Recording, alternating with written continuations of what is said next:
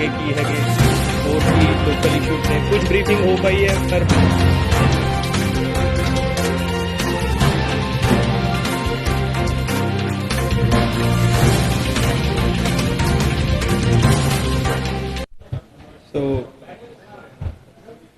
सारे मीडिया तो आए मेरे साथी ऑफिसर साहिबान डीपीआरओ साहब सो बड़ी खुशी की गल है भी अज आप रूबरू हो रहे हैं इत्थे सो मैं ब्रीफली एक अपना बैकग्राउंड दसना चाहांगा कि स्कूलिंग मेरी मैं गंगानगर जिले में बिलोंग करदा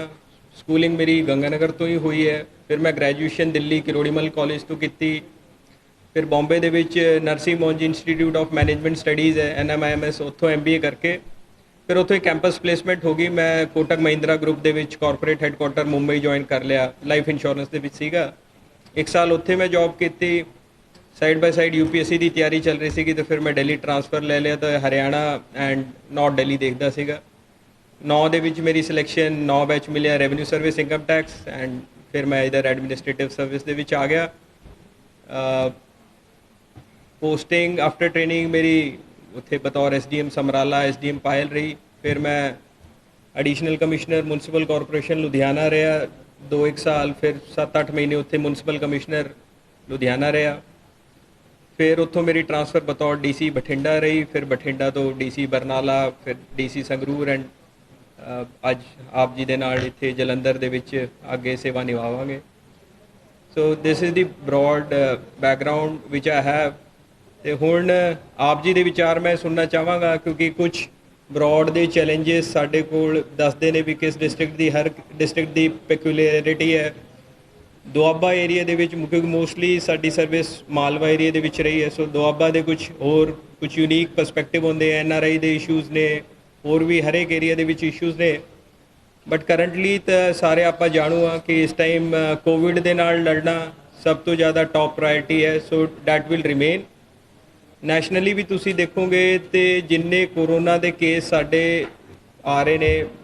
जेकर आप 11,000 12,000 के आस पास डेली केसेस आ रहे हैं नैशनली तो वह एक डिसप्रपोर्शनेटली हाई प्रपोर्शन जोड़ा मैट्रोज चो आ रहा है चाहे वह बॉम्बे हो दिल्ली हो सो सानू भी लगता है कि ये Tier 1 मैट्रोज तो Tier 2 मैट्रोज दे विच भी आगे आऊगा तो साड़ी जिहड़ी है इलाज पक्षों बैड्स की अवेलेबिलिटी मोर्टैलिटी नू रिड्यूस करना ये कोविड नू लैके सब तो ज़्यादा टॉप प्रायोरिटी रहेगी उस तो बाद जिद्दां असी एक रूटीन दे विच जिहड़ी प्रायोरिटी रहिंदी है मैं ये समझदा कई बार एक मेरी एज ए सिटीजन राय होंदी है फर्ज करो मैं ही अपने पासपोर्ट बनवाना है तो मैं नहीं चाहांगा कि मैनू RPO दे नाल जानकारी होवे तां मेरा काम फास्ट ट्रैक दे विच होवे तुसीं देखोगे जदों पासपोर्ट का एक मैं सोचदा कि जदों प्रोसैस काफ़ी स्ट्रीमलाइन होया अज तो अज आप 10 साल 15 साल देख लीए सो पब्लिक सर्विस डिलीवरी जिहड़ी है मैं समझदा कि वो इंस्टीट्यूशन दे विच डिलीवरी होनी चाहिए अज जिथे जिथे फुटफॉल अपना DC ऑफिस का या कोई भी ऑफिस का ज़्यादा है DC ऑफिस दे विच सेवा केंद्र रजिस्ट्रार ऑफिस तुहाडे फर्द केंद्र तुहाडे पुलिस दे सांझ केंद्र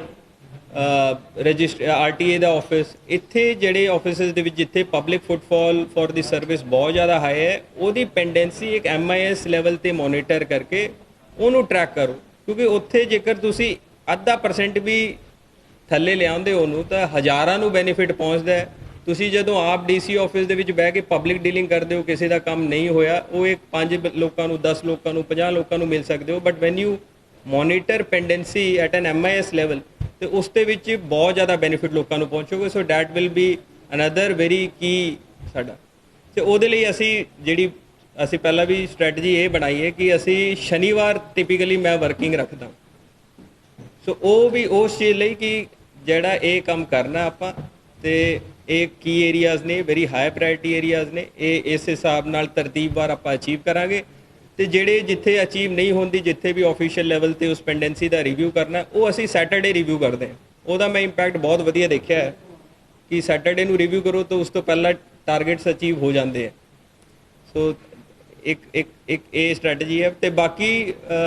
ਜਿਹੜੀ ਜ਼ਿਲ੍ਹੇ ਨੂੰ ਲੈ ਕੇ ਰੈਵਨਿਊ ਸਾਡਾ ਬ੍ਰੈਡ ਐਂਡ ਬਟਰ है कोई भी असी बतौर डिप्टी कमिश्नर कई बार मैं साझा करदा कि अगर ਕੋਈ ਬਾਹਰ ਤੋਂ ਯੂਰਪ ਤੋਂ ਅਮਰੀਕਾ ਤੋਂ ਕੋਈ ਬੰਦਾ ਆਇਆ ਹੋਇਆ, ਕਦੇ ਤੁਸੀਂ ਬਾਹਰ ਜਾਣ ਦਾ ਮੌਕਾ ਹੋ ਰਿਹਾ ਐਂਡ ਕੋਈ ਸਾਨੂੰ ਪੁੱਛ ਲੈਂਦਾ ਹੈ ਵੀ ਤੁਸੀਂ ਕਰਦੇ ਕੀ ਹੋ। ਸੋ ਐਡਮਿਨਿਸਟ੍ਰੇਟਿਵ ਸਰਵਿਸ ਦਾ ਕੋਈ ਵੀ ਪੈਰਲਲ ਯੂਰਪ ਜਾਂ ਅਮਰੀਕਾ ਦੇ ਵਿੱਚ ਨਹੀਂ ਹੈ। ਜੇਕਰ ਤੁਸੀਂ ਅੱਜ ਇੰਡੀਅਨ ਪੁਲਿਸ ਸਰਵਿਸ ਦੇ ਵਿੱਚੋਂ ਤੁਸੀਂ ਦੱਸਦੇ ਹੋ ਮੈਂ ਪੁਲਿਸ ਦੇ ਵਿੱਚ ਹਾਂ, ਤਾਂ ਯੂਰਪ ਦੇ ਵਿੱਚ ਪੁਲਿਸ ਹੈ, ਯੂਐਸ ਦੇ ਵਿੱਚ ਪੁਲਿਸ ਹੈ। ਤੁਸੀਂ ਦੱਸੋਗੇ ਮੈਂ ਰੈਵਨਿਊ ਸਰਵਿਸ ਦੇ ਵਿੱਚ ਹਾਂ, ਤਾਂ ਰੈਵਨਿਊ ਸਰਵਿਸ ਇੱਥੇ ਹੀ ਹੈ। ਆਈਆਰਐਸ ਅਮਰੀਕਾ ਦੇ ਵਿੱਚ ਵੀ it is also known as internal revenue service IRS. But Indian administrative service ਦਾ ਕੋਈ ਪੈਰਲਲ ਤੁਹਾਨੂੰ ਯੂਰਪ ਦੇ ਵਿੱਚ, ਕਿਉਂਕਿ you are doing everything. It the closest office which will come close to the office of deputy commissioner abroad might be the office of mayor। ਸੋ ਉਹਨਾਂ ਨੂੰ ਲੱਗਦਾ ਕਿ ਤੁਸੀਂ ਪੋਲੀਟੀਕਲ ਬੰਦੇ ਹੋ, ਜਿਹੜੇ ਇੱਥੋਂ ਪੜ੍ਹਾਈ ਕਰਨ ਜਾਂਦੇ ਨਾ ਤਾਂ ਦੱਸਦੇ। ਸੋ ਇੱਕ ਮੈਂ ਸਮਝਦਾ ਉਹਦੇ ਵਿੱਚ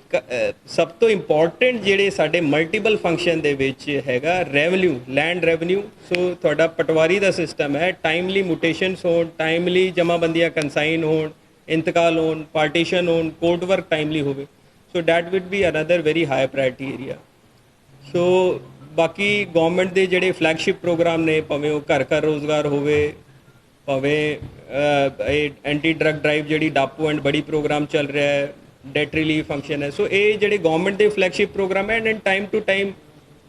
ਫੋਕਸ ਤੁਹਾਨੂੰ ਦੱਸਿਆ ਜਾਂਦਾ ਹੈ। Excise is currently excise revenue ਤੇ ਫੋਕਸ ਚੱਲ ਰਿਹਾ ਹੈ। So similarly whatever apart from your routine work, flagship programs of the government